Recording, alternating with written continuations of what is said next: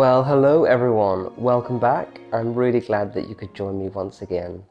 So I just want to start off this video by saying thank you to everyone who left me such a lovely comment or sent me a message about last week's video when I wasn't feeling so good. Those messages really did boost me, made me feel very appreciated, and I felt the love, so thank you so much. And I'm really happy to say that I'm feeling a lot better now. Yes, this week was a really busy one. I was invited by Netflix to spend the day at the set of Bridgerton, which, as you can imagine, someone who is a huge fan of that show, was just the most amazing thing that could happen. And I'm feeling extremely lucky that I got to do that. Sad thing is that all of the content that we filmed that day, we're not allowed to release it until 2023 when the new season comes out. But I am allowed to tell you kind of what happened during the day and share some of that with you now, and then we'll have all of the content that was filmed there to look forward to in 2023. So I don't want to go into too much detail of exactly what happened during that day, because I think for you it will be more fun and exciting when you can see the content that goes along with it rather than me just talking about what happened. So I'm just going to give you a brief run through of what we went through on that day. The team at Netflix did say that we were allowed to talk about our itinerary.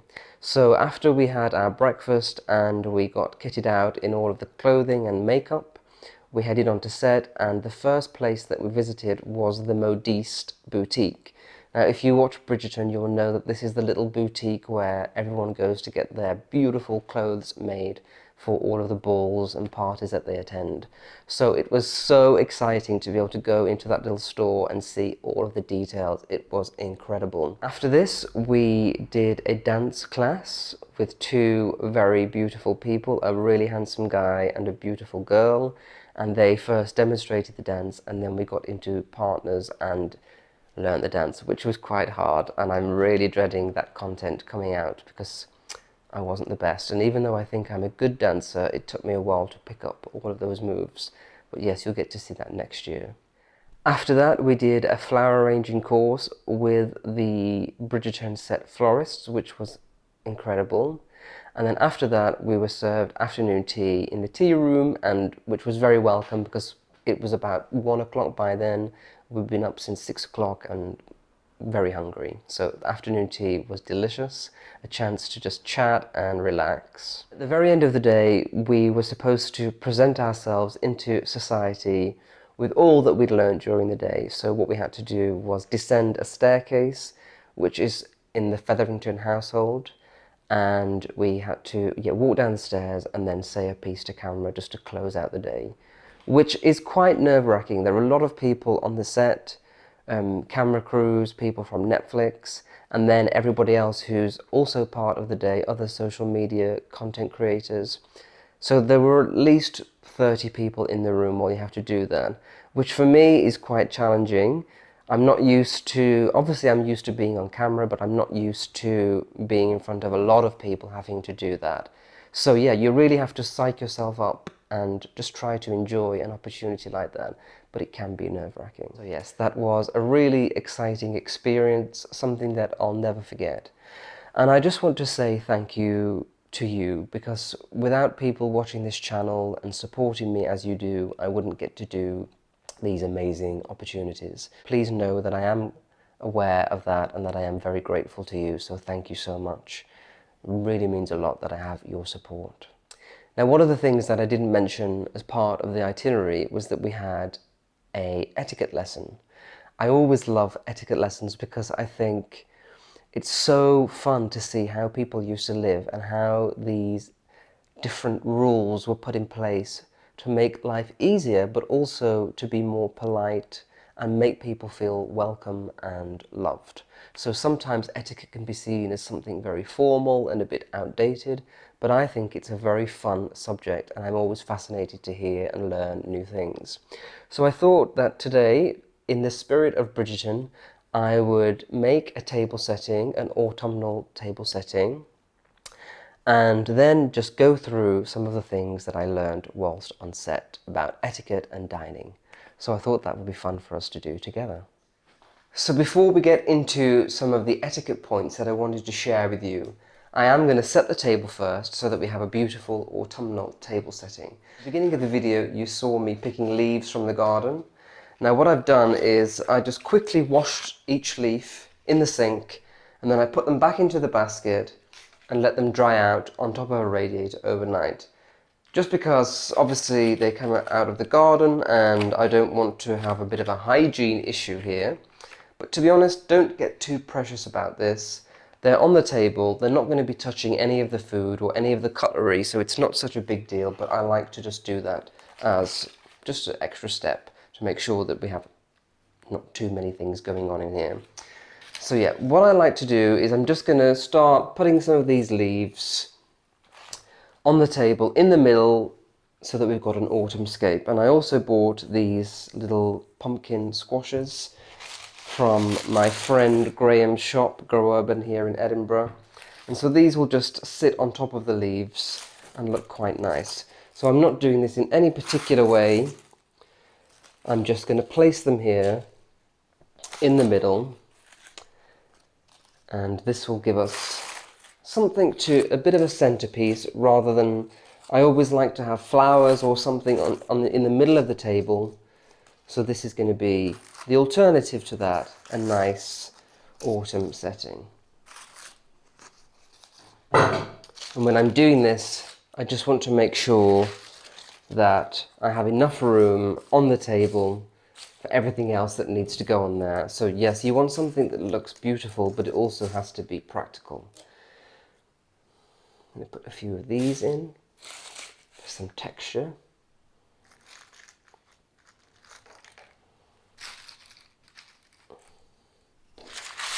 Okay, and then I'm going to start putting in the pumpkin so that we can layer this out.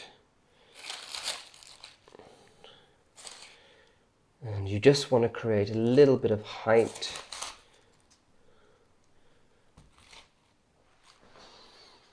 And then I'm just going to add in some candles so that we've got a little bit of height, a bit of light.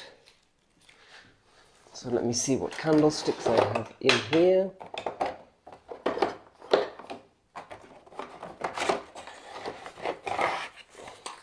Okay, I've got these, great colour. And what I will do before we dine is that I'll just use a match and heat the end so that it sticks in here like that, so that it's straight. Yeah, so I think this is fine. I mean, it's not groundbreaking,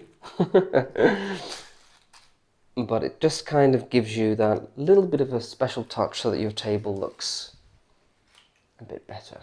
And once you start to arrange everything on here, it will really come together and look great.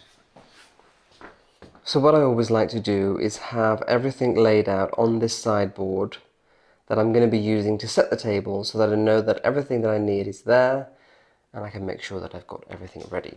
So to begin, I have these placemats, which I'm probably going to use today, depending on how much room we have left on the table. Then I've got my glassware. So I've got 3 different types of glasses. Now these are not a water glass, but I am going to be using them as a water glass today, simply because my other water glasses are a little bit plain and boring, and I want to use something beautiful, so I'm going to use those as water glasses. Then I've got a wine glass. This is very autumnal. I love the brown. It kind of reminds me of a tortoise shell.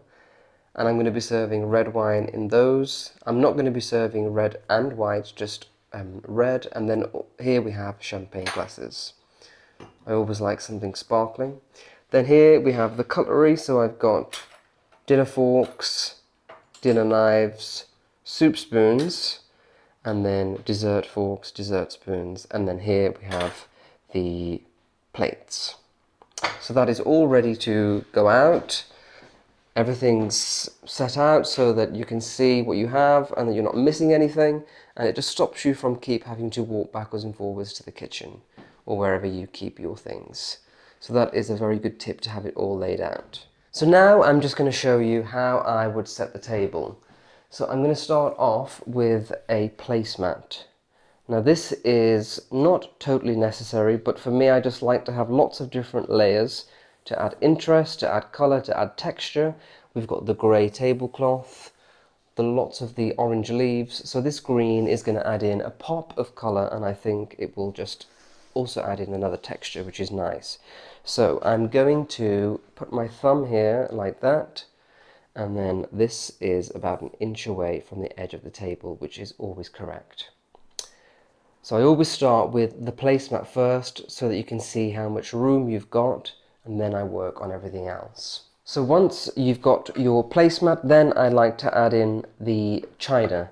So I'm using these white plates. I'm actually going to be using a mixture of plates today, just for interest. So I've got 2 white plates and then 2 contrasting plates, and I think this looks quite cool. So I'm going to use the 2 contrasting plates for each end of the table, and then the 2 white ones will go in the middle. So I'll just put this one on here like that, and then I can place these later on. So now I'm going to start placing the cutlery. As you probably know, the fork goes on the left of the plate, and then the knife goes on the right of the plate. If you're going to be serving a few courses, for example a salad starter, you would have another fork here and another knife. I'm only going to be serving a soup, so I've got a soup spoon and then just the main cutlery for the main course. Now I'm just wondering whether I should put the cutlery on the outside of the placemat. I think I will do that. Yes, I think that looks better actually.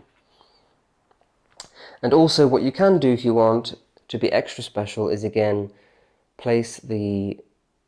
measure out the cutlery so that it's the right edge from the table. Now at the end of a table where there's a curve, it's a bit more tricky, but usually on a straight line it's a lot easier. Now with cutlery as well, you work your way from the outside in, so we start with the soup. If you had more knives and forks for different courses, then you'd start with them first and work your way in. So we're starting with soup, and then we have our main course. Here we have a dessert fork and a dessert spoon. So I like to put one facing this way and the other facing that way. And that is your cutlery placement. So next we're going to move on to glassware. The glassware always goes on the right side of the plate, and I always like to put it in this space here between the dessert cutlery and this cutlery here. So you've got a nice gap here for that, where you can place your glassware. So your water glass, which I mentioned before, this isn't a traditional water glass, would go here. Then I like to put the wine glass next to it here, just above the spoon, and then the champagne glass at the back. So you have a nice triangle and you have the height at the back. So next I'm going to place the bread plate. Now I always like to place it here in this gap, but you could also place it next to the fork. I'm going to place it here. Now also with the bread knife, you are supposed to put it above the plate, but I don't think I'm going to have room on the table to do that, so I'm just going to place it here, and I'm going to put the knife resting on the side like that. Now I don't know whether this is technically correct, but it's what I always do, and I've had no complaints, so that is the way that I like to do it. I guess you could also put it on here like that, but for some reason I prefer just to put it here. Now, as you can see, there is a lot going on. And have you ever been at a dining table where there are rows and rows and rows of cutlery, glassware, plates, and you're kind of confused about which set is yours? I've got a little trick for you that helps to solve this problem, and I'm going to show you now. So if you put your fingers like this, here you have a B, and here you have a D. So you know that this is your bread plate and these are your drinks. So that is how you know which is yours. You don't need to get confused anymore. These are your drinks. and this is your bread plate. So this is yours, not the opposite way. Okay, so I'm going to go ahead and set the rest of the table.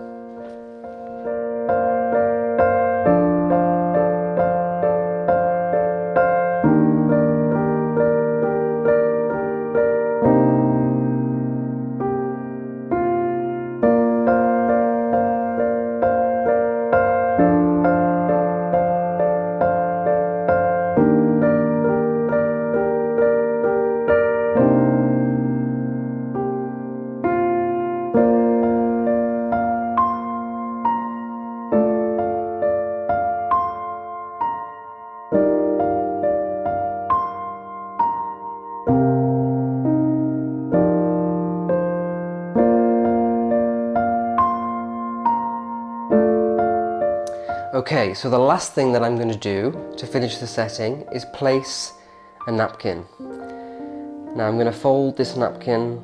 It's already in a square. I'm going to fold it by making a triangle shape so that this motif is in the middle.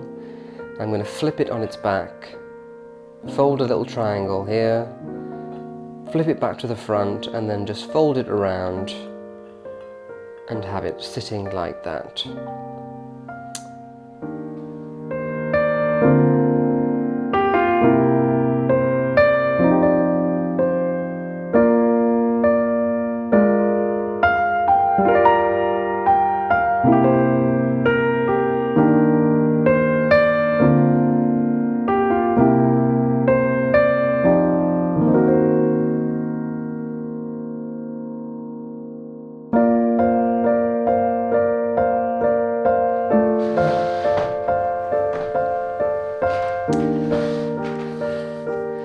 So yes, for me, a linen napkin is one of my very favourite things to set the table.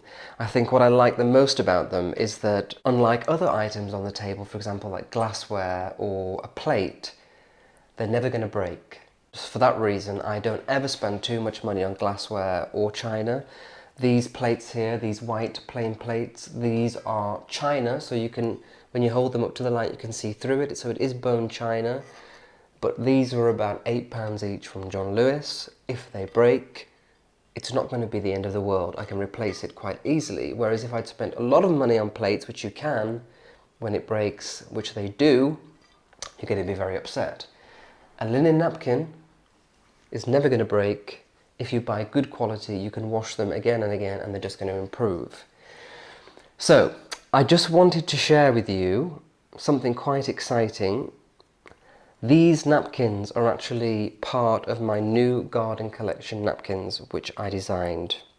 Now, if you're a loyal follower of this channel, you may remember that back in 2020, I did release another version of this napkin then. It was a limited edition collection, and once they sold out, that was the end of them, and they sold out pretty quickly within a week. But since then, I have had quite a lot of emails and messages asking if I'm ever going to be releasing those napkins again, because people wanted them and missed out. So I thought long and hard about it, and I eventually decided that I would bring them out again. Now, I'm not here to try to sell you this set of napkins. I just wanted to share them with you because I think they're beautiful, and if you want to enhance a table setting, for me, a napkin is the way to do that. Now, these come in a set of 4. They are quite expensive. I understand they're not going to be suitable for everyone, and that is okay. But what I will say is that they're priced fairly. I didn't just stick a price on them and think, oh, everyone will pay it. This linen was not cheap to buy, so they're very high quality, hence the price. But these will last for a very long time. For me, they're an heirloom piece. Hopefully I'll be able to pass them on to members of my family, younger generation, so that they can enjoy them. But I just know that I'll be using these for years and years to come. So yes, to enhance a table setting, for me, the linen napkin is the way to go. So before I go, I just wanted to let you know that my website, nicholasfairford.com, has been completely relaunched today.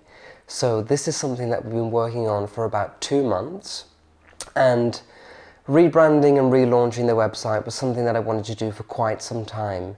If you've been on the website previously, you will have seen that Although it's kind of very product heavy and more focused on the shop, there wasn't really a lot of inspiring blog content on there. Now, blogging for me is something that I'm really passionate about. It's how I began building an audience years and years ago. So for me, it was really important to bring that element back to the website. So I'm really, really excited and happy to tell you that the new nicholasfairford.com is visually beautiful. There's lots and lots of inspiring content on there for you to enjoy, and it will just keep adding to weekly. So I really hope that you'll check it out. I'm sure you'll find something there to enjoy. There are lots of different blogs, recipes, beauty, wellness, interiors, travel, food. It has it all. And as I just said, I'll be adding to that every week so that there's always something new to see and do on there. It also has all of the Nicholas Fairford product on there as usual, but it's just more of a blog heavy thing. And for me, as someone who's very passionate about blogging, inspiring people, sharing gorgeous content and photographs, I'm very, very happy that we've done this new relaunch. So I hope that you'll check it out and enjoy it. Let me know in the comments what you think. And also, I'd also love to know what you would like to see in the blog content. You'll see on there that there are lots of different categories, but I want to know what you would like to see in the blog, what you'd like to read about, photographs that you'd like to see within the blog. So please do let me know your thoughts. That would be very helpful, and I'd really appreciate your input. So that is all from me this week. I really hope that you have enjoyed this episode. For me, it was very fun to be here again. I look forward to seeing you next time, but until then, take care. Bye-bye.